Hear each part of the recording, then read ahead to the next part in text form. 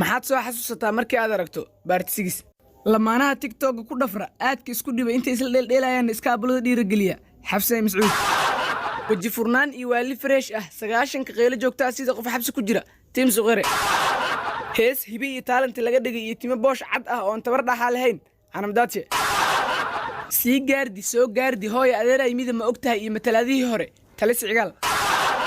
kadeed comment bixinay iyo kurba meel walba joogta balse aan wili arkin wiilka shidan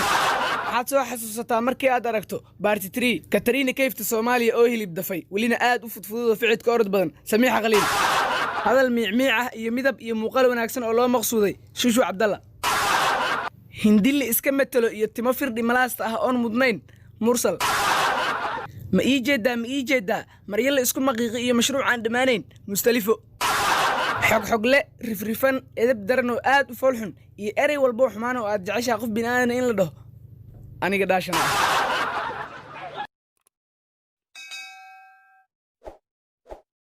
waxaad soo xasuusataa markii aad aragto baarti 1 qurux aan indhuhu qaban iyo faan iyo faataalanimo jaab dahabo kaajal astaghfiruleysi been ah indha adayg iyo iyadan asturnayn inay tiraa ilaahowna astur jiliin waali ah iyo hadal jilacsan suuraj moha heeso caadi ah hamaansi iyo iska hadal jaabir isaaq qayladaan waa wareey indha fagiig iyo alaabti waan dhaqay ayaanita style xumo iyo intuusan hadlinba inaan iskaga qoslo arman aboor kulkulayl karbaash kaftan laga dhigay kaligitalisnimo madaxweynaha mustaqbalka